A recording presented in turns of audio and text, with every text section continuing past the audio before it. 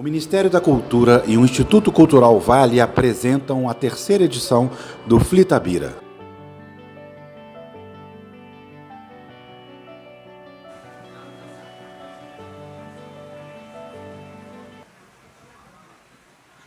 Bom dia a todas as pessoas. Muito calor, mas que bom que a gente tem calor humano aqui também, né? Porque Itabira está quente, particularmente quente hoje. Nós vamos iniciar essa mesa que vai tratar de direito e literatura, justiça e literatura, de que modo a literatura e o direito podem influenciar a sociedade, mas, mais do que isso, eu estou interessada em saber de que modo a literatura pode influenciar o direito para que nós possamos construir justiça. E eu vou dividir essa mesa com o Alexandre Amaro, que é professor e pesquisador. Apresentação feita em 4 de novembro de 2023 no Festival Literário de Itabira, FLI Itabira. Esta ocorre em um auditório que possui um pequeno palco ao fundo. Ao fundo, há cartazes do terceiro FLI Itabira, em tom branco sujo estampado, com desenhos simples. Também há um telão. Em cima do palco, há 3 cadeiras dispostas lado a lado, intercaladas por 2 mesinhas que carregam copos com água. Da esquerda para a direita, a primeira pessoa sentada é Kai Kai, um homem branco de cabelos grisalhos cacheados, cujo comprimento lhe vai até a orelha. Usa barba de mesmo tom. Ele traja blusa estampada em tons de preto e branco e uma bermuda preta. Usa óculos redondos de aro preto. A segunda pessoa sentada é a mediadora, uma mulher negra de cabelos escuros e longos que estão trançados por diversas tranças. Ela traja vestido longo de tom azul, cujo torso possui estampas em tom amarelado. A terceira pessoa sentada é Alexandre Amaro, um homem branco de cabelos curtos e barba grisalha. Ele traja camisa preta e, por cima, usa uma camisa de botões abertas em tom branco. Usa calça caqui e óculos redondos. Ao longo do vídeo, a plateia é filmada e está cheia, com todas as cadeiras ocupadas. No canto inferior direito do vídeo em questão está, do início ao fim, a intérprete de Libras, uma mulher branca de cabelos loiros e blusa preta, que traduz simultaneamente tudo o que está sendo falado. No canto superior direito do vídeo, lê-se terceiro FLI Itabira. Anti-euclidiana, uma orquídea forma-se. E aí eu quero deixar essa primeira provocação para vocês, pensando justamente numa orquídea que brota de ruínas, né? Como é que a gente faz brotar desses escombros que nós recebemos depois desses 4 anos que se passaram, né? Para conseguir fazer brotar essa orquídea de refundação de uma democracia. Vou começar com o Amaro. Bom dia a todos e todas. Eu acho que esse poema ele provoca ele nos traz uma imagem, né, que me remete a uma outra imagem também do Drummond, que é do poema A Flor e a Náusea, né, de pensar que, a despeito de toda a dureza, de toda a secura, de tudo que vai contra, a flor nasce no asfalto, e ele ainda diz no poema, é feia, mas é uma flor. Né? Então, se a gente começa por essa metáfora tão forte na obra do Drummond, né? e tão forte para a gente pensar esse tema que a gente tem aqui hoje, né? Que é imaginar como que a leitura pode ser um instrumento de fazer brotar coisas em ambientes que são absolutamente refratários à arte, à sensibilidade, à comunhão. Né?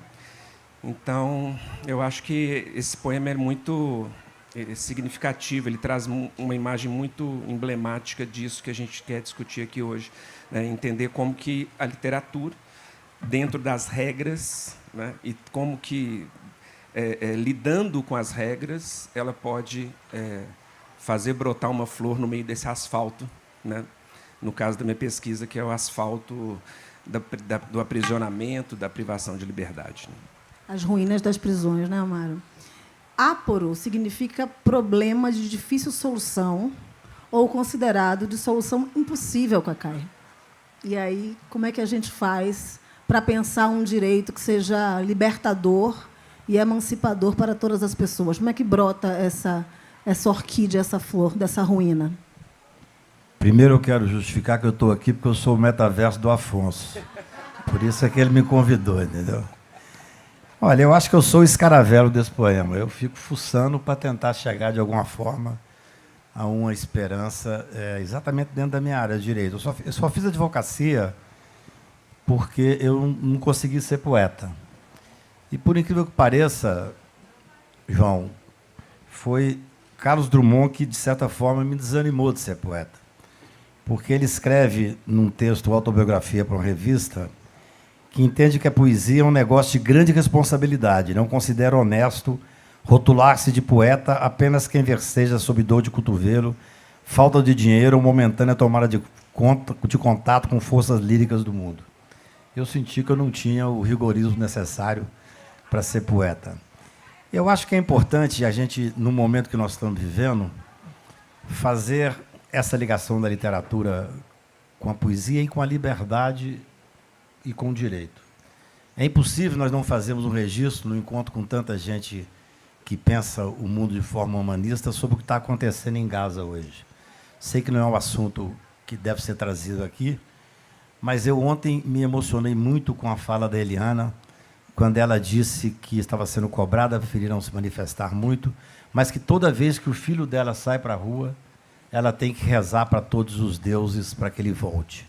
Eu tenho filhos, talvez da idade dela, o mais velho, mas são brancos e moram filho de quem, de certa forma, teve sucesso profissional e financeiro. Eu rezo muito para que eles voltem, mas não com esse sentido específico que só o negro pode ter no Brasil.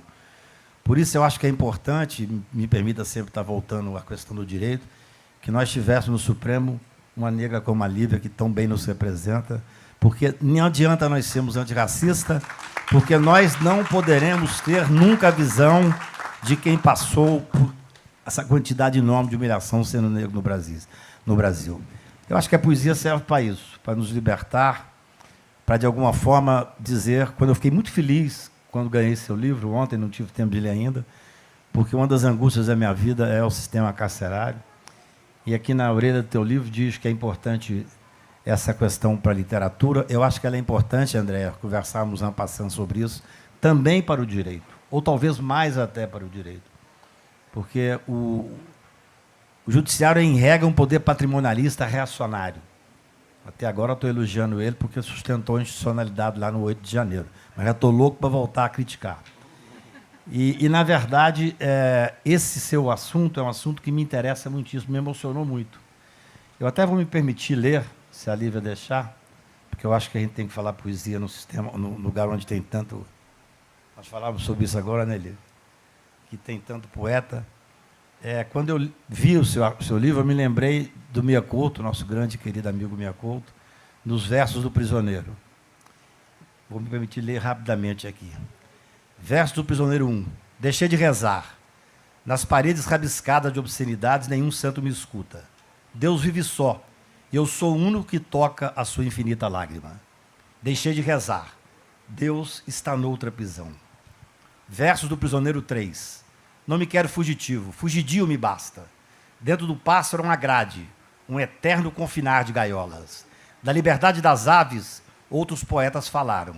Eu falo da tristeza do voo. A asa é maior que o inteiro firmamento. Quando abrirem as portas, eu serei, enfim, o meu único carcereiro. Versos do Prisioneiro 5. A planta do pé sob o granito estremece saudosa da terra que possa pisar. Meu peito de pedra chora, que poeira pode me marchar? Eu só rezo por um chão cheiroso, onde possa sujar meus tristes pés. Fosse minha pátria simples, sob pé, sob o meu passo. Os outros querem a liberdade. Eu quero uma tarde onde pousem sombras. E para falar em poesia, versos do Prisioneiro 8. Noturno sou, mas sem noite. A grade já não mais me prende a morada. A treva sou eu. O escuro morreu. Eis o meu segredo. Todas as noites... Olha que coisa linda, você que escreveu sobre isso. Todas as noites me deito num livro para em uma outra vida desaguar. Rio escapando da guerra, margem escarpando um rio. Já quis riqueza, roubei. Aluguei a alma, larguei tendões para abarcar posses. Agora, meu ouro é a palavra. Agora, a poesia é a minha única visita de família. E quando me notam, noturno no canto mais escuro, não dão conta da minha silenciosa evasão, nem escuto o tilintar das chaves em minhas mãos. Presos agora apenas os que não entram em meu novo cárcere. Em homenagem ao teu livro. Caio, eu vou pegar essa deixa que você trouxe aqui da questão racial. Tem um pedacinho do poema Áporo, novamente, que diz assim: que fazer exausto em um país bloqueado? E a fala da Eliana ontem nos convidou a pensar isso. Nós estamos exaustas, né, Eliana? Exaustas. E a gente pode até ter uma cadeira de balanço, mas a gente não consegue usar. Então, a gente está falando de um país que nos mata cotidianamente, né? De morte física, de morte matada, mas também de morte morrida, de morte simbólica. Então, é preciso pensar nessa orquídea que não seja solitária, porque, no fim do poema, ele diz, em verde, sozinha, ante-euclidiana, uma orquídea forma-se. Sozinhas nós não conseguimos. É preciso que o país inteiro se engaje nesse compromisso de democracia e igualdade. Nós não podemos continuar pejorativamente tratando a questão da promoção da igualdade racial e de gênero no nosso país como uma pauta identitária. Não se trata de uma pauta identitária, é uma pauta sobre democracia. E aí eu vou puxar um pouco a pesquisa do Amaro para que ele me diga quem são as pessoas que ele viu e que ele vê no sistema prisional brasileiro. Excelente pergunta, porque quando eu me envolvi num voluntariado para poder fazer rodas de leitura, participar de rodas de leitura em ambientes prisionais, eu já tinha ingressado no doutorado, mas eu estava pesquisando uma outra coisa. E, como eu estava de licença, eu aceitei participar, e eu queria participar de um trabalho voluntário, e chamava-se Rodas de Leitura, foi promovido pelo Fernando Pimentel, no governo Fernando Pimentel ainda. A Carolina Pimentel era presidente do Servas, e esse projeto era dos Servas. E aí uma amiga que trabalhava no Servas falou: olha, a gente está precisando de gente como voluntário, trabalhar nos presídios. Eu falei: eu quero. Só que eu nunca tinha entrado em um ambiente prisional desta maneira. Na minha infância, meu pai foi um policial civil, eu já tinha visto o ambiente prisional, mas eu nunca tinha adentrado o ambiente prisional. E esse projeto Roda de Leitura ele aconteceu nos presídios da região metropolitana de Belo Horizonte. Eram 11 presídios, né? E eu trabalhei em 2, um aqui em Caeté, que é uma cidade aqui próxima, e o outro em Sete Lagoas. E o impacto que eu tive no primeiro dia foi brutal, exatamente por essa imagem, né? Entrei num presídio, o de Caeté, ele não tinha... Falar presídio é uma cadeia de cidade do interior, um pequeno calabouço numa cidade do interior. Não tinha nem espaço para aulas. A gente dava aula no lugar onde eles tomavam banho de sol, a gente conversava ali, tinha umas cadeiras que ficavam colocadas, a gente conversava ali. E eu bati o olho e eu só vi jovem preto. Eu só vi jovem preto. E o meu princípio ele era não saber o que aquelas pessoas fizeram para estar ali. Esse era o meu pacto. Mas, nesse caso, eu tive que perguntar para o diretor do presídio, eu falei assim, qual que é o perfil dos crimes? Ele falou assim, tráfico e roubo, que são os dois crimes, né? Crime contra o patrimônio e tráfico de drogas, ou o que eles chamam de tráfico de drogas, que, na verdade, é uma coisa absolutamente imprecisa, né? Quer dizer, não passa por quantidade, né? Passa por quem está com aquilo, né? E eu olhei para aquilo, eu fiquei muito comovido, eu fiquei muito assustado, eu fiquei muito triste. Eu saí desse dia pensando assim, eu preciso me estruturar, porque a gente não teve nenhum treinamento, a gente foi meio assim, você topa, entrou, né? E eu falei, eu preciso me estruturar, porque eu tenho que chegar aqui, e a aula era absolutamente vigiada, ficava um policial aqui em cima com uma escopeta, ficava um outro policial na porta. Era um ambiente de absoluta opressão sobre até a troca da aula. E foi isso que eu vi, então. Eu vi o encarceramento em massa, né? O Brasil, em números absolutos, é o terceiro maior país encarcerador do mundo, né? Com mais de 900 mil pessoas presas. E, por 100 mil habitantes, é o 26º em mais de 200 países. Então, o que eu vi foi algo muito assustador. E, pensando nessa questão, a gente não vê mais o presídio. A gente não... Aqui do lado tem era a casa de câmara e cadeia. Eu fiquei até muito tocado, porque eu cito um conto do Drummond no meu livro, chamado Câmara e Cadeia, né? E nesse conto, o Drummond fala de um dia em que a Câmara... Porque como é que funcionava? A Câmara ficava em cima e a cadeia embaixo. Era um ambiente absolutamente simbólico. Havia casas de Câmara e cadeia pelo Brasil inteiro, na colônia, né? Então, os presos embaixo e os legisladores em cima. E esse conto do Drummond fala de um evento em que um dos presos foge e entra no meio de uma sessão dos vereadores. E eles, então, se assustam com aquilo e um dos vereadores... E eles estavam querendo votar, prefeito, eles estavam querendo votar o aumento de impostos. E esse vereador, que é o protagonista do conto... Na verdade, o protagonista é o preso, né? Esse vereador ele era contra aquele aumento de impostos e ele começa a tentar conversar com o rapaz e chegar perto dele. Aí o rapaz fala assim, ó, tem alguma coisa na mão, fala assim, não chega perto, não, que eu sei que vocês estão todos iguais. Né? Por fim, ele foge, vai embora. Né? Então, esse conto, eu acho que ele traz uma imagem de uma época em que os apenados eles ficavam em contato dentro da cidade, em contato com as pessoas. O conto fala deles ficaram jogando comida para as galinhas lá fora para se divertirem, eles ficavam vendo a cidade. Então, as pessoas da cidade passavam e viam quem estava lá dentro. Havia uma troca, às vezes conheciam, era um conhecido, um parente, um amigo, que estava preso, que estava ali, essas pessoas tinham uma troca. Com essa asepsia que aconteceu desde o final do século XIX, com todos os estudos de criminologia, etc., as cadeias foram sendo tiradas da cidade, separadas da cidade. E aí a gente não vê, vocês, a maioria das pessoas aqui que nunca entrou numa cadeia, não vê o que eu vi nesse sentido. O quão chocante é entrar num ambiente prisional e só ver pobre, jovem, negro. É isso que eu vi. Obrigada, Mário. A sua resposta me lembrou muito algumas questões históricas aqui, que eu não quero me alongar, mas eu quero lembrar que, em 1838, o Código de Posturas do Rio de Janeiro proibiu o uso do pito do pango. O pito do pango, a maconha, era um fumo utilizado em rituais de religiões de matriz africana. Então, há um motivo para criminalizar o uso do pito de pango. Agora, o interessante é que esse mesmo código dizia que a sanção para quem vendesse, ou seja, o traficante de hoje, seria a multa. Para o escravo, a prisão. Vejam como o direito penal, o sistema prisional vai funcionando conforme os interesses de continuar marginalizando determinados grupos. E o nosso pós-abolição é muito peculiar em relação a isso, porque nós temos 1888, né, 13 de maio de 1888. Nós temos, em 15 de novembro de 1889, a proclamação da República, mas não vem uma Constituição, Amaro, na sequência, republicana. Vem primeiro um Código Penal, o Código Penal de 1890, Cacai, que vai dedicar um capítulo inteiro para criminalizar a vadiagem e a capoeiragem.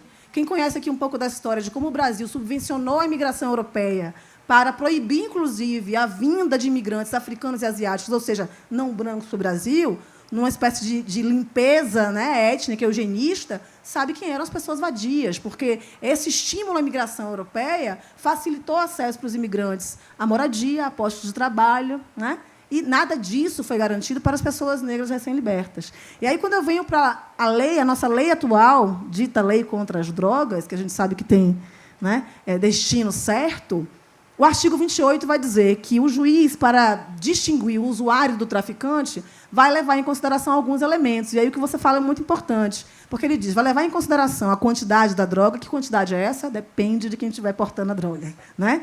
Vai levar em consideração o local do crime, quer dizer que se for em Jacarezinho, no Jacarezinho é um crime, se for no Leblon é outro? Abre espaço para essa subjetividade dos juízes. Né? E as condições sociais da pessoa que está ali flagranteada com essa droga. Então, a gente tem um direito penal seletivo. Aí eu queria perguntar, Cacai, você que tem tanta experiência, né, no direito criminal e que sabe, com certeza, que impera em meio à sociedade brasileira, mas também em meio ao sistema de justiça, jargões como bandido bom, bandido morto, né, e que a prisão resolve. Eu ouço muitas perguntas assim, mas não prendeu, tem que prender. Né? Resolve, Cacai, a prisão? Não, obviamente que não resolve. Agora, esse jargão bandido bom e bandido morto, que é um jargão bolsonarista, não está mais em voga, né? Não, porque tem alguns lugares... Eles já estão meio fugindo da Bolsonaro hipótese de passou, serem mas mortos, o bolsonarismo não passou ainda não, Cacai. Claro. Não, eu acho o seguinte, eu ainda ouço muito isso. É uma coisa interessante, porque é óbvio que a mesma quantidade de droga encontrada com o filho de um advogado bem-sucedido e branco não levará à prisão. E, se nós encontrarmos essa mesma quantidade nas mãos de um menino de periferia, será preso. Até porque interessa essa prisão. Hoje, quem coordena as prisões do Brasil são esses grandes grupos do crime organizado. E esses meninos que vão para lá servem como soldados dele. Essa é a verdade. Se nós não tivermos a coragem de discutir a descriminalização da droga, isso vai continuar. Nós temos 900 mil presos. Tem umas coisas interessantes, Alexandre. Eu entrei com a primeira ADC, a DC 43, para discutir a presunção de inocência, que foi o processo que, ao final, o Lula foi solto. O Lula não foi solto por causa da decisão do Supremo na imparcialidade. Foi solto por causa dessa ADC que nós entramos. Mas, quando eu entrei preocupado 100% com o sistema prisional. Angustiado com o sistema prisional. À época, o Lula não era sequer processado. Por isso é que depois a coisa se acirrou e demorou tanto. Nós temos que ver, até fazendo uma brincadeira com o que você contou aqui, nós tínhamos conversado sobre isso ontem, seria extremamente positivo se nós fizéssemos na Câmara dos Deputados e no Senado uma prisão lá embaixo. Porque depois de 4 anos de fascismo e de um Congresso completamente cooptado, vai chegar uma hora que essas pessoas vão ter que pagar pelo que fizeram no Brasil. Essa é a realidade. Já ficava mais perto, economizava uma série de fatores. Eu tenho para mim a certeza de que a prisão deveria ser realmente a última raça. A Andréa sabe disso melhor do que eu. Quando eu defendia a presunção de inocência no plenário do Supremo, eu me lembro que eu subi na tribuna do Supremo e disse para os ministros que, por sinal, talvez tenha sido o primeiro advogado, se não o único, que recitei Fernando Pessoa da tribuna do Supremo no dia desse julgamento. Eu disse que o Poder Judiciário podia muito, mas não podia tudo, porque nenhum poder pode tudo. Isso é uma coisa um pouco óbvia. E que eu julgava que, aos 30 anos de advocacia, eu estaria assumindo a tribuna do Supremo para lutar contra o abolicionismo penal. A gente afastava a ideia de prisão. E estava ali para defender a presunção de inocência. Essa é a sociedade que nós vivemos. Esse é o Brasil que nós temos. Você tem toda a razão, eu até falei sobre isso na USP semana passada. Acho que o bolsonarismo não acabou, assim como não acabou o lavajatismo. Nós temos que, pelo menos, conseguir pegar isso. Esse poema que você recita ao final, que a flor nasce e nasce sozinha, me lembra também, quando você fala da náusea, um poema de um mineiro que fala, que termina com náusea. Náusea é uma palavra muito frequente na poesia, na literatura, né? E é um poema que me encanta muito, que fala: o homem lúcido me espanta, mas gosto dele na lírica. A verdade metafísica modela o verbo e a garganta. O homem lúcido não se espanta, põe a baba ao pé da planta, eis que a planta frutifica. O homem lúcido como está, seja lá onde estiver, ele está sem aquarela. Sabe que a vida é viscosa. Sabe que entre a náusea e a rosa foi que a ostra fez a pérola. Ou seja, uma rosa dessa que nasce, uma orquídea que seja, no meio de um lugar árido, no meio de um asfalto, significa a resistência. É isso que você, num primeiro momento, falou. E resistir junto é a única chance que nós temos. Perguntaram há pouco, para que servem esses festivais literários?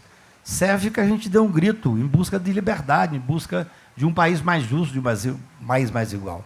Eu escrevi esse livro, Muito Além do Direito, exatamente para dizer isso. O direito só faz sentido se for para estar num contexto de fazer um país mais livre, um país mais solidário.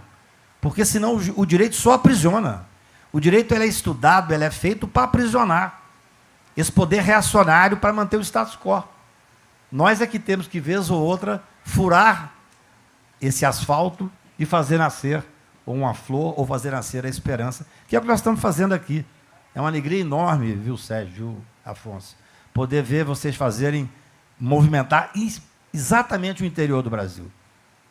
Por acaso é só quase Minas Gerais, né? Porque nós temos que resgatar Minas Gerais. Nós não merecemos um homem que governa o Brasil, como governa Minas Gerais como esse. E acho que a nossa resistência tem que partir por aqui.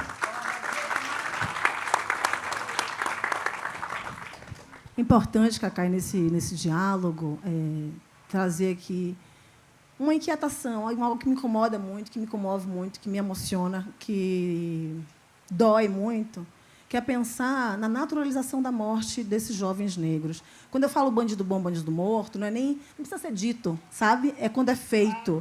E aí, o que acontece? Inevitavelmente, no nosso país, quando tomba um jovem negro, as pessoas vão procurar antecedentes criminais. Ah, mas ele tinha... Nós não temos pena de morte no Brasil, gente. Salvo em tempos de guerra. Isso quer dizer que nós estamos em guerra, então, né? Então, esse esforço tem que ser coletivo para que não nasça apenas uma orquídea, mas um jardim de orquídeas. Eu fiz uma brincadeira, Livre intelectual não sabe brincar. Né? Eu entendi. O que eu estou dizendo é que esse esforço coletivo é que precisa ser, de fato, feito para a gente mudar essa realidade. Não brigue comigo, não, que a gente não está na tribuna. Eu queria continuar falando da dificuldade que o direito tem, Cacai, de dialogar com outros saberes, né? Nós temos muito conhecimento, muitos saberes, em comunidades quilombolas, que nós visitamos esses dias aqui em Itabira, né? Em comunidades indígenas, em terreiros, e o direito não dialoga com outros saberes. Eu tenho dificuldade de dialogar. Por isso que eu gosto muito da sua perspectiva, quando você disse ontem que você não lê mais direito. Eu também não tenho lido mais livros jurídicos. Eu leio poesia, eu leio literatura, eu leio sociologia, enfim, pesquisas acadêmicas como a do Amaro, que são importantíssimas. Mas esse direito colonial, né? Esse direito que nos aprisiona e que mantém o status quo, eu tenho me distanciado dessa leitura também. E aí, nesse livro A Justiça é uma Mulher Negra, a gente faz esse diálogo, né, do samba, da capoeira, da literatura com o direito. Tem, inclusive, uma declamação de Conceição Evaristo do poema Vozes Mulheres, muito linda. A gente fez na pandemia à distância, mas ficou linda assim mesmo. E tem uma canção que é assim: quando eu era ainda menino, o meu pai me disse um dia: a balança da justiça nunca pesa o que devia. Não me curvo à lei dos homens, a razão é quem me guia. Nem que o teu avô mandasse, eu não obedeceria. É pensar de que modo é que a gente consegue subverter esse direito ou transformar esse direito num direito que seja realmente emancipatório para todas as pessoas, pluriversal. A gente tem que pensar também essa composição do sistema de justiça, né?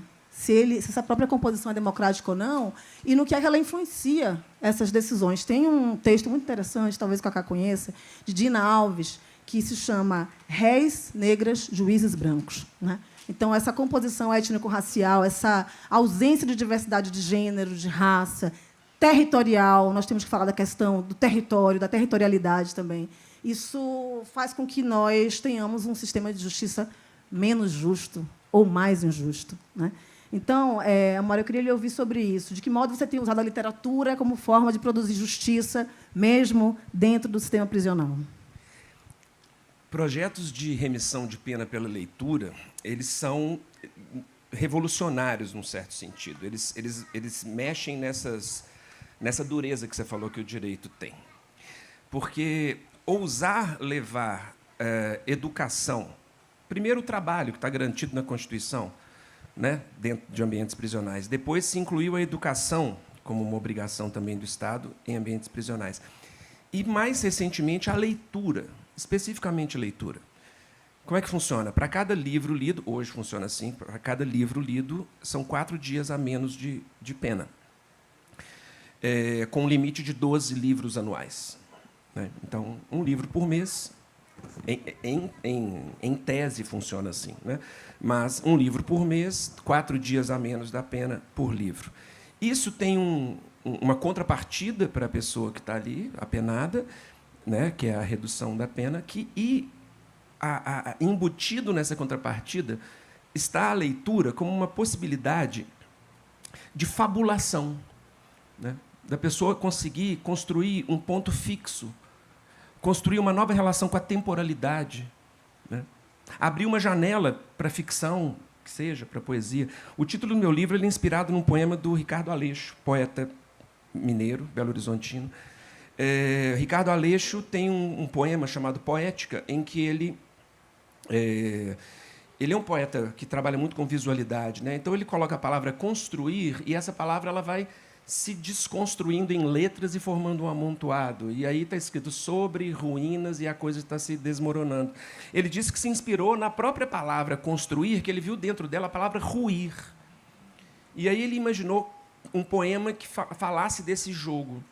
No presídio de Sete Lagoas, quando a gente estava trabalhando esse livro do Ricardo Aleixo, e o Ricardo Aleixo foi lá, eu conversando com os apenados, e eu falei, o que vocês pensam sobre esse poema? O que seria essa construção sobre ruínas? Aí um deles falou, eu acho que é o que está acontecendo aqui e agora. Eu tive certeza naquela hora que eu tinha escolhido um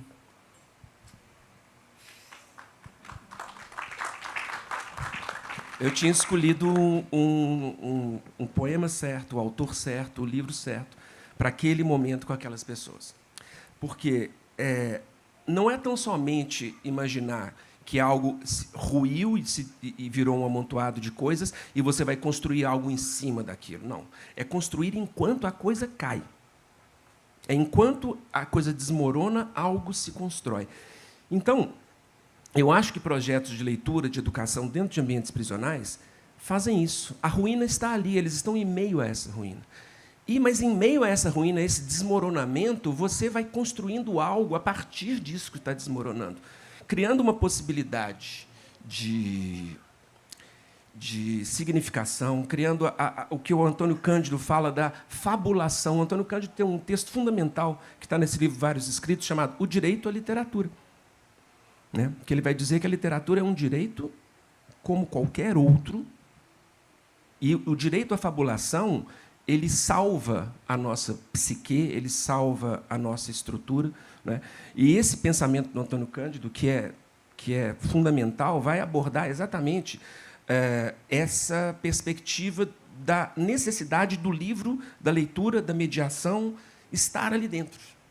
Eu me emociono com essa fala desse rapaz, porque é como se, naquele momento, se operasse algo. Né? Algo se fez ali naquele momento, uma fagulha se fez. E eu não digo isso na ilusão de que aquelas pessoas são outras e elas são pessoas melhores e elas não serão mais criminosas. E elas... Não é isso. Né? Porque, por outro lado, também, do mesmo modo que eu sei que eu estava fazendo um trabalho lá dentro que era revolucionário, eu também sabia que o trabalho com a literatura dentro daquele ambiente como Foucault fala, é um modo de docilizar os corpos também. Vamos deixar todo mundo mais calmo aqui dentro. Aquilo que a gente falava ali sobre medicação, mas um trabalho como esse também, de certo modo, ele dá uma ordem e ele dá uma acalmada no ambiente. Então, eu ficava pensando assim, no paradoxo que era estar lá dentro, me sentindo fazendo algo revolucionário, mas, ao mesmo tempo, eu estava contribuindo para que as coisas permanecessem bem harmônicas. E é um paradoxo, é uma coisa difícil de se medir. Mas a fala desse rapaz eu resolvi transformar no título do meu trabalho, sabe, assim, porque é isso, é nesse ponto da construção, em meio ao desmoronamento, que eu acho que está esse enfrentamento da dureza do direito puro e simples. Obrigada, Mara, por compartilhar com a gente. Você me lembrou o trabalho muito importante também da professora doutora Denise Carrascosa, no Conjunto Penal Feminino de Salvador, e o nome é justamente Corpos Indóceis, Mentes Livres. Né? Eu entendo a sua angústia quando você fala em docilizar aqueles corpos e comportamentos ali dentro, quando a gente não tem uma perspectiva de transformação para além, quando as pessoas saírem dali. Né? Então, a prisão não consegue fazer minimamente o que ela promete, que é de reinserção social. Posso fazer uma observação sobre isso? Primeiro, eu acho que quem melhor fala sobre essa questão é, novamente, Mia Couto versus Prisioneira Sentença. Olha que coisa linda. O juiz diz, você tem que aprender a respeitar a vida humana, diz o juiz. Parecia justo, mas o juiz não sabia que, para muitos, a vida não é humana. O prisioneiro retorquiu, há muito me demiti de ser pessoa. E proferiu, por fim, um dia a nossa vida será, enfim, viva e nossa. Mas eu quero me permitir discordar de você num ponto. Eu não acho, em absoluto, sou advogado há 40 anos, que colocar a literatura, a poesia, o sonho lá dentro serve para, de alguma forma, tornar as pessoas mais dóceis. Vou contar uma história que aconteceu comigo. Eu não faço política de ordem, mas ajudo nas questões de direitos humanos. Quando eu me formei, eu li alguns estudos dizendo que no Brasil quase não tinha visita íntima nos presídios. E que muitos diziam, não, mas isso vai ser uma forma de tornar as pessoas mais dóceis lá dentro. Não quero saber. Você tem que dar o direito, porque a pessoa, quando é presa, ele perde a liberdade, mas não perde nenhum dos outros direitos, inclusive o direito à dignidade. E a vida sexual está dentro desse direito, como a literatura está dentro desses direitos. Então, eu me lembro que eu comecei... Claro, o trabalho, mas o trabalho ainda é, de certa forma, atendido na grande maioria dos presídios brasileiros. Até porque é um trabalho barato. É uma mão de obra barata. Mas eu acho interessante que eu fui ajudar o Conselho de Direitos Humanos, Maria, lá em Brasília, não existia visita íntima. Incrível. Eu fiz um trabalho e fui para a mídia discutir e consegui que o governo encampasse aquilo. Foi feito um lugar específico para visita íntima. E, no dia, foi uma visita longa, o secretário queria que fosse apenas 10 minutos, eu brigava por 1 hora, nós fechamos em 45 minutos a visita íntima. Na hora, a imprensa inteira na porta do presídio, o secretário era pai de uma grande amiga minha colega de turma, pega o microfone e faz um discurso e fala, então, está liberado 10 minutos, cada visita íntima. Eu falei, coronel, 10 minutos, nós combinamos 45, a imprensa inteira ali. E ele disse, não, 10 minutos é o suficiente. E ele chamava-se Coronel Brochado. Aí eu falei, suficiente talvez para o senhor, Coronel Brochado. E aí voltou a ser 45 minutos. Quer dizer, na verdade, eu acho que a pessoa que está presa, qualquer esperança de adocicar, de dar liberdade, o livro é a forma que ele tem com o contato exterior. É uma coisa incrível, não permitir que a pessoa faça a remissão da pena. Porque não é só a leitura, para quem não conhece, você tem que ler, você tem que submeter depois a comissão algo que você escreve para mostrar que você leu e entendeu. Inclusive, André deu uma ideia ótima agora, que eu quero ver se eu levo ao Flávio Dino, que é ter grupos de estudos de presos através de Zoom. É plenamente possível. O problema é que o Brasil, nem a esquerda brasileira é punitiva. Nós tivemos no governo tantos anos, não fizemos absolutamente nada dentro dos presídios. Nada. Além de, sem contar as leis extremamente punitivas que vieram por aí. Então, eu acho assim, tudo que puder fazer, estou muito curioso para ler teu livro, pretendo lê-lo já na volta aqui, porque eu acho que a poesia, que para mim, quando começou a pandemia, eu moro numa casa enorme, para mim não era nem tão difícil, salvo a angústia, ver as pessoas morrerem, salvo, você imagina, tudo isso, né? Mas eu me lembro que eu comecei no final da tarde, eu moro num lugar que tem uma vista linda, na beira de um lago, eu comecei a recitar poesias e mandar para 10, 15 amigos, poesia ao cair da tarde. E fiz isso durante 2 anos, a Maria e João sabem disso. Durante todos os dias, durante 2 anos, eu recitava poesia, ao final já mandava para 1.200 pessoas. Porque eu estava ali isolado, era uma forma que eu tinha de ter o contato. Então, a poesia, ela salva. Tudo que nós pudermos fazer para levar dentro dos presídios, aproveitando o mote que você traz, a poesia, pode ter certeza, porque quando a gente sai de lá, a gente volta para casa. Mas essa pessoa vai ficar lá por um tempo indefinido, e acho que a poesia é, de certa forma, aquela que serve para uma pá para trazer os escombros. Alguma forma que possa... um dique para impedir que desague tudo, né? Então, eu peço que todo mundo comece a pensar um pouco mais sobre a realidade carcerária, através de estudos como o seu, quero realmente dizer que também me emociona.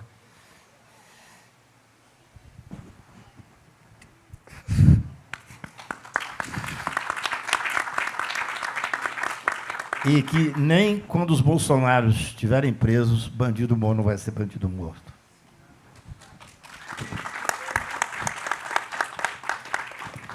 Vou aproveitar a sua resposta, Cacai, porque a pergunta que vinha agora era para você, e era justamente, você acabou de dizer, em outras palavras, que a literatura é libertação, né? Nos liberta para sonhar, para pensar outras possibilidades, para pensar para além das grades.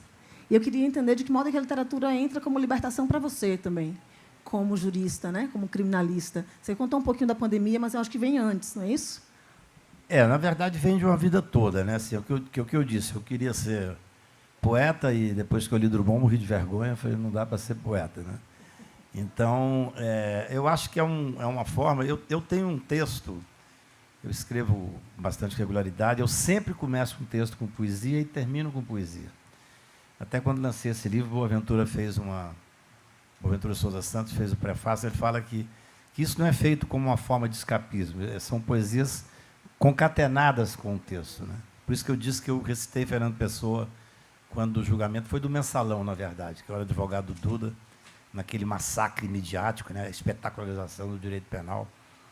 E, para mim, a poesia é exatamente isso, é a forma que você... Eu leio todo dia poesia. Quando eu fiz 50 anos, eu sou mineiro, né, eu peguei uma professora da UFMG de literatura, pedi para ela para ver todos os livros de poesia nos sebos de Belo Horizonte.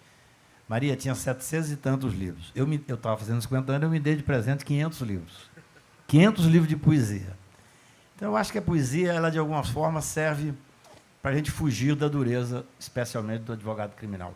A advocacia criminal, ela é muito difícil porque você pega a pessoa no momento de maior fragilidade dela.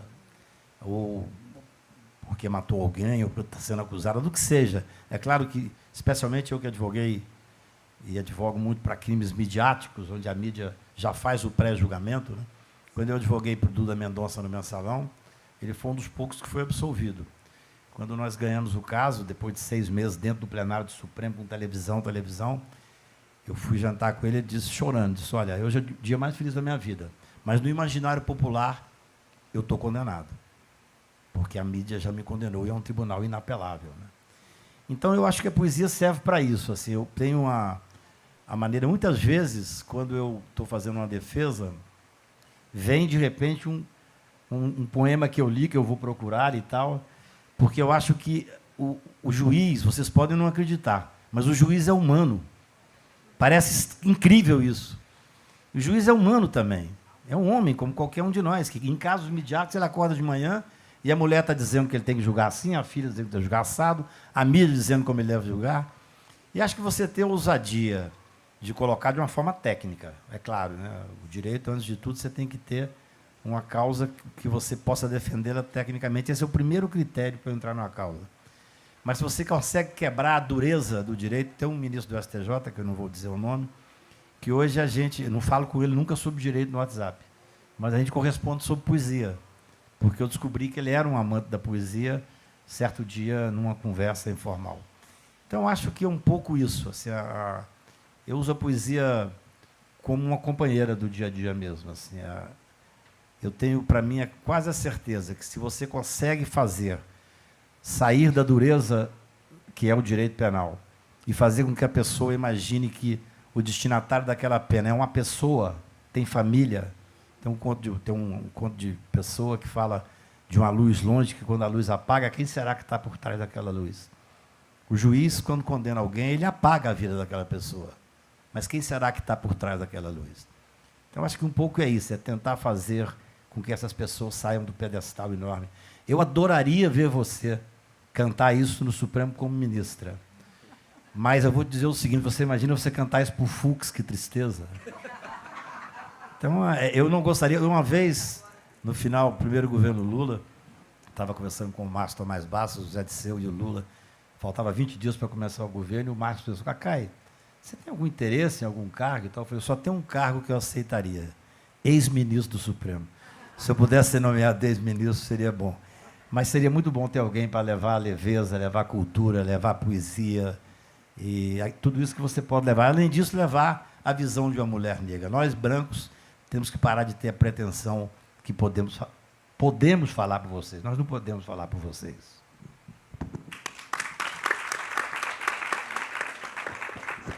Gente, eu estou bem disciplinada com o horário.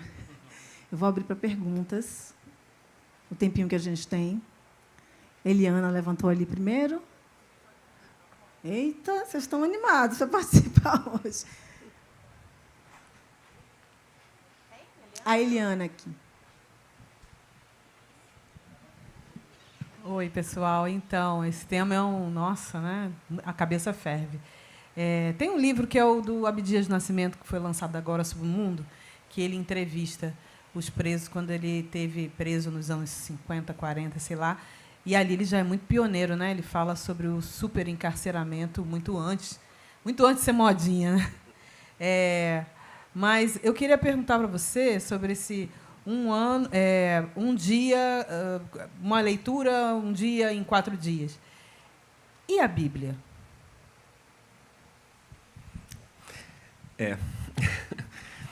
Quando... Bom, a resolução que hoje rege a remissão de pena pela leitura, ela substituiu uma recomendação judicial que havia, que é de 2012. E, estudando isso, eu não sou da área do direito, eu sou um educador, sou um professor, mas tive que me debruçar sobre algumas questões, eu descobri a diferença entre uma recomendação e uma resolução, que é basicamente a semântica do cotidiano mesmo, né? Uma recomendação ela pode ou não ser aceita e uma resolução ela tem que ser aceita. E nesse projeto, né, já na recomendação, eles estabeleciam que a leitura tinha que ser de textos literários, o que já é uma coisa bastante vaga, né, filosóficos, científicos. Esqueci um outro, mas não tinha religiosos. E o que eu vi muito lá dentro é o trabalho. Eu vi muito o trabalho da pastoral carcerária e o trabalho dos evangélicos também, né? E sempre deixando um livro. E o livro, normalmente, era uns livros do Edir Macedo, umas histórias de vida, etc. Todos tinham esse livro na mão. Então, ficou a dúvida. E se for um texto religioso? Isso ficou ao bel prazer do juiz definir, aceitar ou não que um texto religioso pudesse fazer parte desse projeto. Em alguns casos, já foi aprovado. Mas, de um modo geral, e aí entra a questão também do material que você quer levar lá para dentro ou aproveitar da biblioteca que eles já têm dentro desses ambientes prisionais. E aí, com que livro você vai trabalhar? Porque eu também queria ouvi-los, né? Eu queria, principalmente, que eles me dissessem o que eles queriam ler, né? Porque a gente também chegar com essa ideia de eu escolho a literatura que fará bem para você, né? Eu jurei que eu não ia contar isso, mas, enfim. Um dos primeiros projetos de leitura que houve lá em 2008, eu me surpreendi ao saber que o juiz que estava por trás daquele projeto era o Sérgio Moro. E eu até, ao ler isso, eu falei, puxa... E aí, imediatamente, desmoronou o castelo, porque o livro que ele escolheu para que aquelas pessoas lessem foi Crime e Castigo, que eu acredito que ele não tenha lido. Porque você oferecer um livro que fala de crime e castigo para pessoas que estão encarceradas é uma reduplicação da pena, né? Eu vou bater na sua cara, né? Já que você quer a remissão, você precisa sofrer você mais tem que sofrer do que você já mais está sofrendo. ainda. Quer dizer, se você pegar o nível educacional dentro dos presídios brasileiros, ler Dostoiévski é algo quase impossível. Então, o texto religioso, eu acho que existe uma perspectiva, na minha opinião, apesar de eu não ser leitor da Bíblia contumaz, mas eu acho que é possível trabalhar o texto religioso na perspectiva de uma remissão de pena. Eu gostaria de trabalhar os Salmos, que eu acho textos belíssimos, poesia pura. Eu gostaria de trabalhar o Cântico dos Cânticos, sabe? Não na perspectiva também do moralismo religioso, mas de encontrar o que há de poético ali dentro, de encontrar o que há de história, de encontrar o que há de literatura ali dentro, né? Eu não sou contrário à leitura de textos religiosos como modo de remissão de pena, mas isso hoje não é unânime, né? Na minha pesquisa, coincidiu de que, no momento em que eu voltaria para os presídios, eu ia entrevistá-los e fazer escrita de si, etc. e tal, e veio a pandemia. E eu tive que mudar o rumo da prosa e pesquisar os escritores que ficaram presos, né? Então, eu fui em Graciliano Ramos, eu fui em Wallis Salomão, fui em Tomás Gonzaga, né? E eu falei, falta uma coisa, né?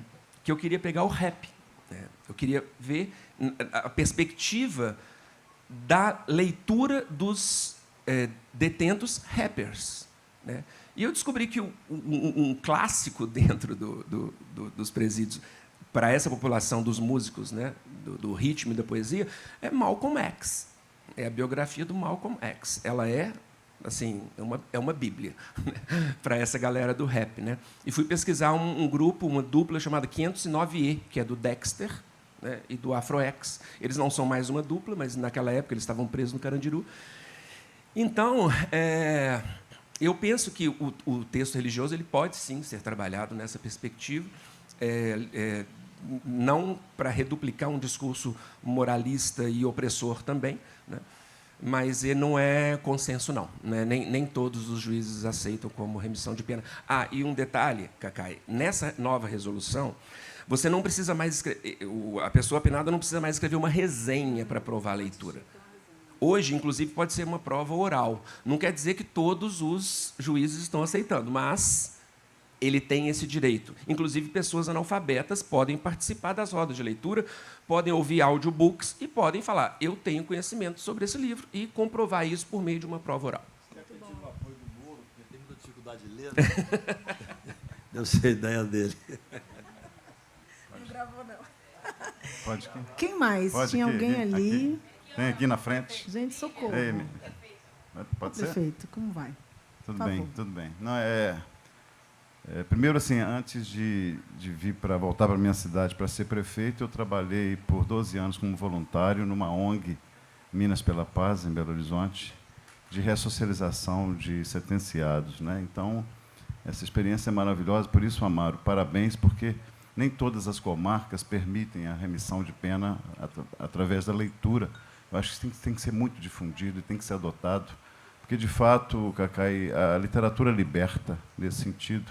O que a gente está dizendo aqui é muito mais um depoimento do que uma pergunta, porque eu vivenciei isso e, de fato, tem essa docilizar o corpo, normalmente através, né, da visita íntima, do futebol, lá nos lugares, né, também. A Bíblia era muito utilizada, e a religião muito para a questão da espiritualidade. Era muito importante também, seja pastoral, seja os evangélicos. Então, tem um papel muito importante nesse processo todo. Né? E a literatura, a gente viu que tinha pintura e música também. Né? Mas na literatura, principalmente, porque o acesso era mais fácil, e essa experiência que Minas Gerais fez, nós levamos para as APACs, né? E nós trabalhamos muito dentro do conceito das APACs. Itabira, a gente tem uma APAC hoje com mais de 90 apenados, né? Sentenciados. E o que a gente pôde ver é o seguinte, aí entra a questão da ressocialização. Né? Como que depois... Porque o sistema prisional brasileiro é um fracasso multibilionário, que a gente está, né, lutando, não querendo trazer um presídio de alta... O Estado quer trazer um presídio, uma penitenciária de segurança máxima para Itabira, e eu estou lutando contra isso, nesse momento. Porque é um fracasso multibilionário e não ressocializa ninguém. Né? 85% dos presos voltam a cometer um crime. E o que a gente viu, a nossa experiência lá nas APACs, pelo menos, é exatamente isso. A literatura, ela talvez seja a docilização da alma e a preparação mental, não é, de um modelo, de um cenário de sentenciados, que é uma grande parte analfabeta, inclusive, tem um processo de alfabetização primeiro, para depois um entendimento. Por isso que colocar Dostoiévski ali realmente é uma ideia brilhante. Né?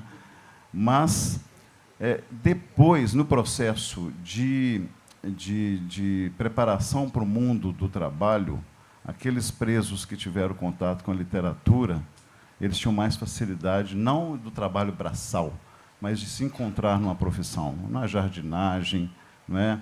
Num trabalho, seja os cursos aqueles trabalhos que exigiam, não é, o exercício mental, não é, intelectual.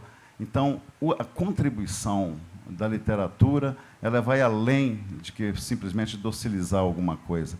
Ela ajuda a preparar o sentenciado para que ele realmente possa se ressocializar, né, estar junto com a sociedade depois e não reincidir no crime. Então, esse trabalho seu é fundamental, todas as comarcas deviam adotar, devia ser obrigatório, né, nos presídios, nas APACs, a remissão de pena através de leitura.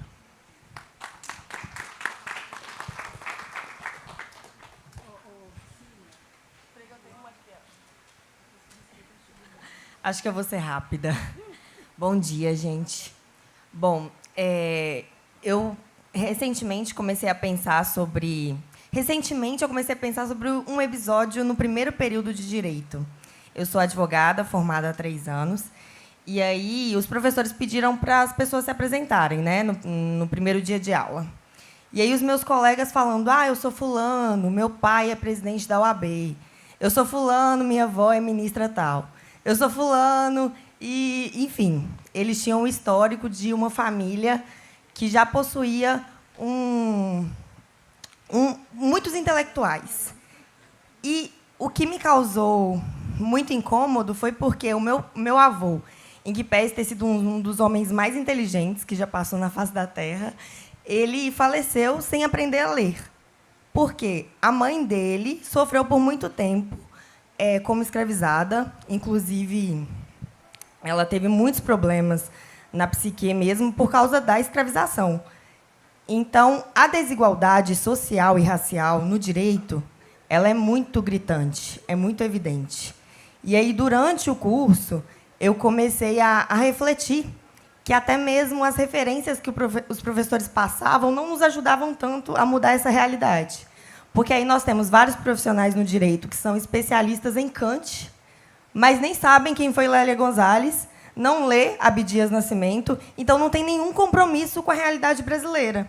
Eles querem alimentar uma intelectualidade que não tem nenhum compromisso com a transformação social, e é por isso que, em que pese, a cada 3 pessoas negras, você sabe muito melhor do que eu, né, Alexandre? A cada 3 pessoas presas, na verdade, 2 são negras.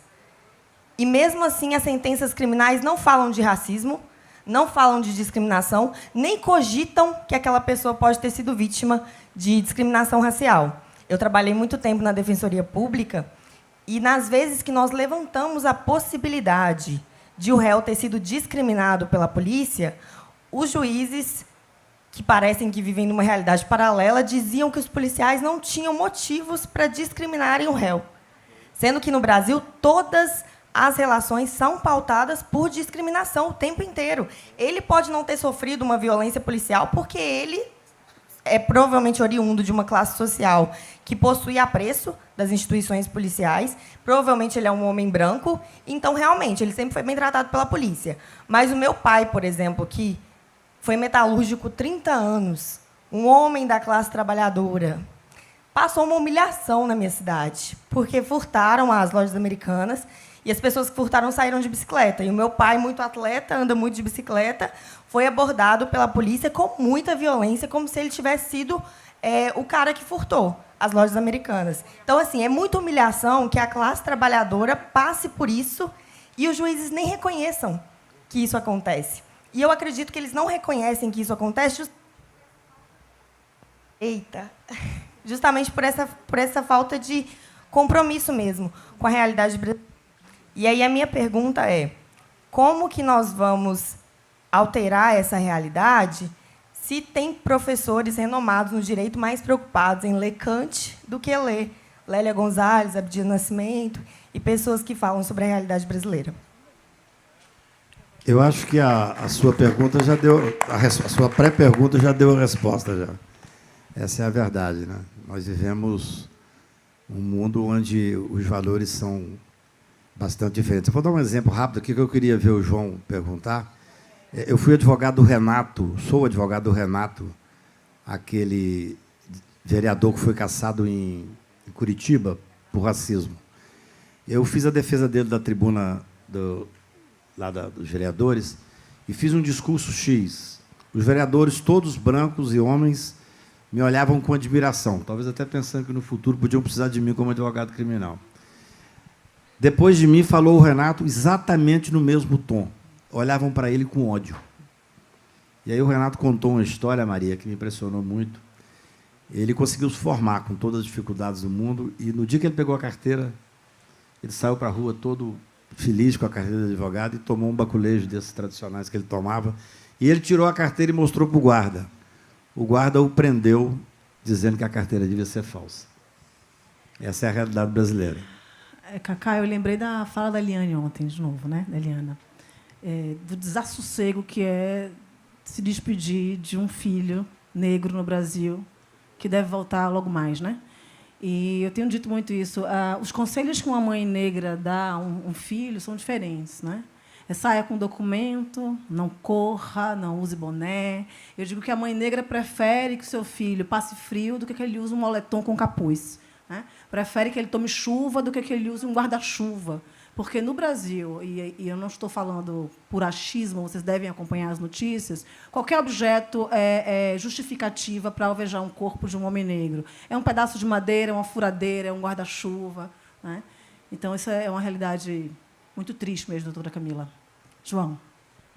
A minha pergunta vai para o professor Amaro. Em primeiro lugar, queria cumprimentar você pela coragem, sabe, pelo compromisso com o Brasil, com o mundo, com a humanidade. A minha pergunta poderia também ir para o Cacá, mas o Cacá já conhece o que eu vou falar. Antes da pergunta, eu queria falar um tema que, há muitos anos atrás, o Projeto Portinari fez um trabalho com os internos da penitenciária Lemos de Brito. Nós levamos uma exposição com 40 obras de Portinari e fizemos uma parceria com o Comitê para a Democratização da Informática. Então, você tinha uma bateria de computadores numa sala e, nos computadores, nos HDs, você tinha arquivos das obras de Portinari e os internos podiam, então, interferir nas obras, mudando do jeito que eles queriam, né? Faziam como se fosse uma releitura daquelas obras. Então, nós não continuamos com esse trabalho. Eu gostaria de continuar, porque eu acho que foi muito emocionante para todos, para nós e para eles também, né? Depois houve até um desdobramento disso, de fazer oficinas de reciclagem de papel com eles e com a família deles. E reciclar papel tem um elemento simbólico, né? Porque você está transformando o lixo numa coisa, né, útil. Isso, para eles, tinha, né, um significado muito forte. Então, a pergunta é a seguinte: nesse projeto que você falou da remissão de pena pela literatura, a primeira pergunta é a seguinte: como é que você constata se a pessoa leu mesmo ou não? A segunda pergunta é a seguinte: não poderia fazer isso com arte também, com pintura? Começando pela segunda, sim. Há toda uma questão burocrática, óbvio, para você implantar um projeto, porque existe uma subjetividade na relação com o objeto artístico, e que, quando você pede uma comprovação, você aniquila essa subjetividade. Uma vez, um participante, ao final de uma aula, ele me falou assim: professor, eu estou aqui, né, falaram do projeto, mas eu não sei ler. Eu posso participar do projeto? Naquele momento ainda, era a recomendação judicial que valia, portanto, tinha que fazer uma resenha para comprovar a leitura. Você imagina, se resenha é um tipo de texto que, para todos nós que passamos pela escola, já deu muito trabalho, porque é um resumo crítico que pressupõe uma presença de um exercício de observação e análise. Como é que você vai virar para uma pessoa que nunca escreveu aquele texto e fala assim: comprove que você leu o livro, não com um resumo, porque bastaria um resumo, se é uma questão de comprovação, não, mas com uma resenha.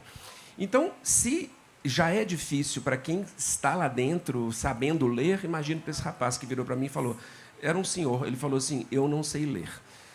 O que eu disse para ele naquele momento foi: eu acho que sair do ambiente da cela e vir aqui para fora, conversar sobre literatura, trocar ideia, só pode ser bom. Então, sim, naquele momento não. Naquele momento não se podia fazer assim. Aliás, alguém poderia ler para ele, mas ele não teria como escrever, porque ele era analfabeto. Então, ali, naquele momento, eu percebi assim, como que a necessidade dessa comprovação objetiva, ela solapa a subjetividade. Porque as contribuições dele Isso que é o mais interessante. Durante as aulas eram ótimas. Ele não tinha lido o livro, mas ele estava vendo todo mundo ali falando sobre o livro. E, às vezes, ele falava assim, essa personagem... Ele fazia inserções na aula e conversava sobre isso. Então, eu penso que a questão da arte, de levar o objeto... Hoje, inclusive, a comprovação pode se dar por meio de desenho. Hoje, na resolução judicial, ele pode comprovar por meio de ele pode fazer um quadrinho, ele pode fazer um desenho, e aquilo pode ser usado. Quer dizer, foi uma grande luta para se conseguir cortar essa objetividade infértil, né, de comprovação de uma leitura. Né? Exato. Então, eu acho que... eu acho que é possível, enfim, mas eu acho que há que se construir um projeto para isso, né? Assim, para trabalhar com apreciação, interpretação de obras de arte e, como você falou, releituras disso, né? Por que não? Eu acho que está no mesmo plano da literatura, né? Eu não conheço nenhum projeto. Seria maravilhoso. Vocês falaram aqui uma questão, eu sou Silvana, que me interessou particularmente, que o direito não dialoga com outras áreas, né? E outro dia, lá na USP, me chamaram para falar sobre o que a gente anda fazendo, e eu falava sobre comunicação, sobre como a universidade vai transformando o conhecimento em textos tão herméticos que ninguém acessa. Como eles produzem uma vastidão de conhecimento que, via de regra, fica nas prateleiras.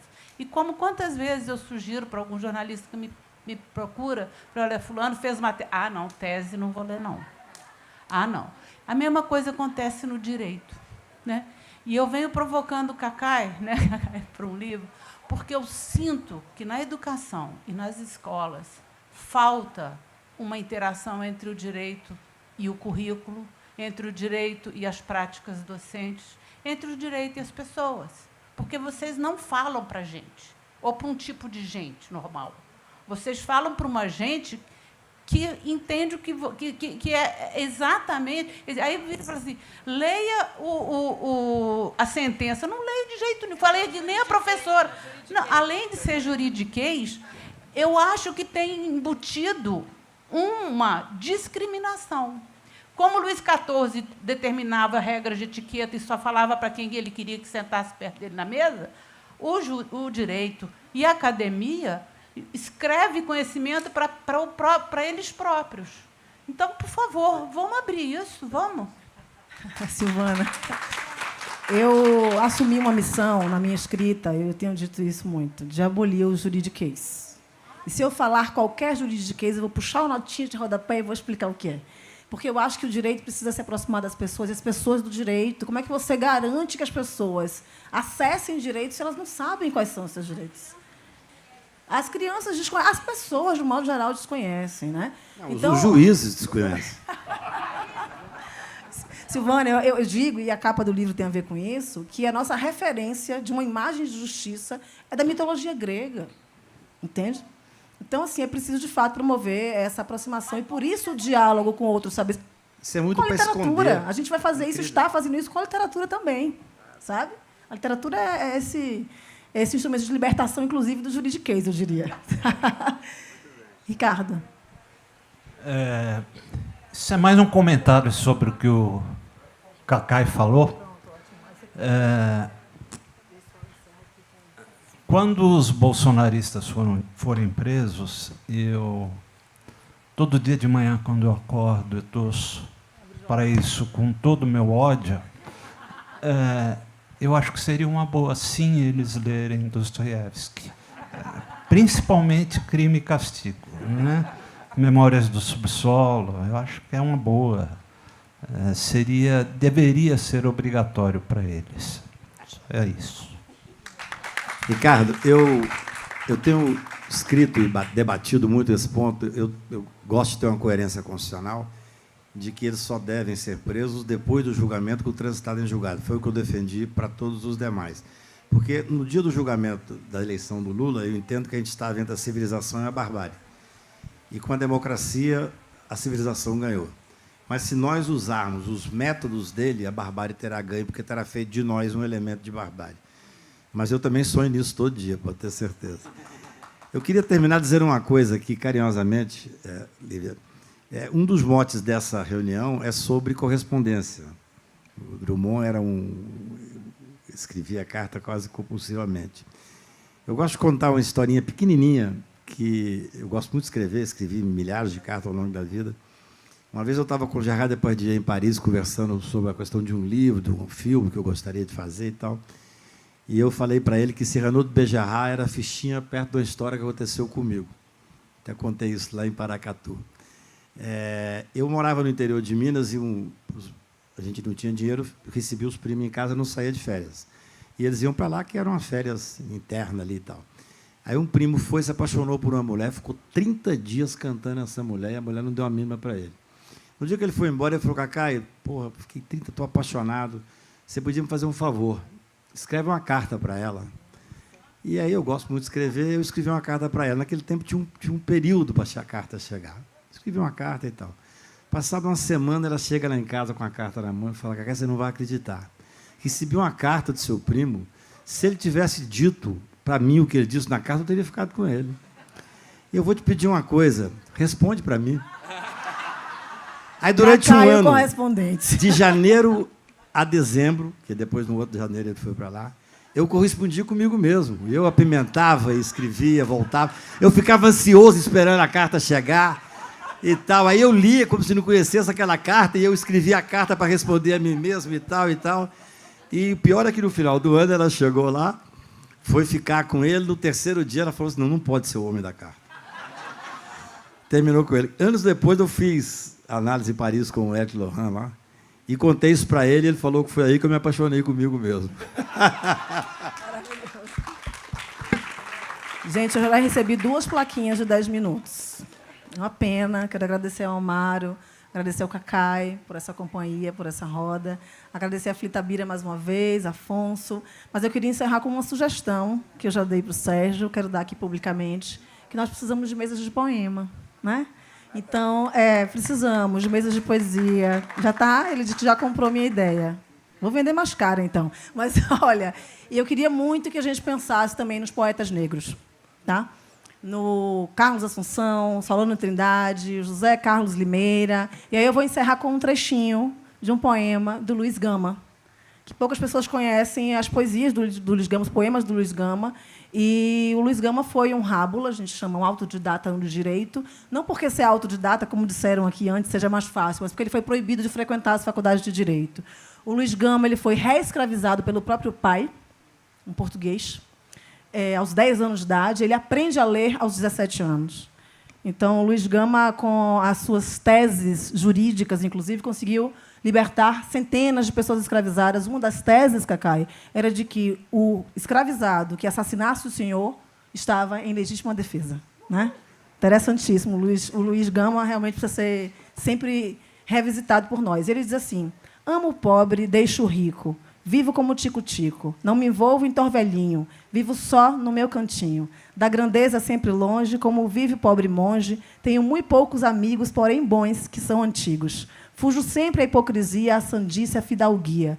Das manadas dos barões, anjo bento antes trovões. Faço versos, não sou vate, digo muito disparate, mas só rendo obediência à virtude e à inteligência. Não tolero o magistrado que do brio descuidado vende a lei e trai a justiça. Faz a todos injustiça. Com rigor deprime o pobre, presta abrigo ao rico, ao nobre, e só acha horrendo crime no mendigo que deprime. Luiz Gama.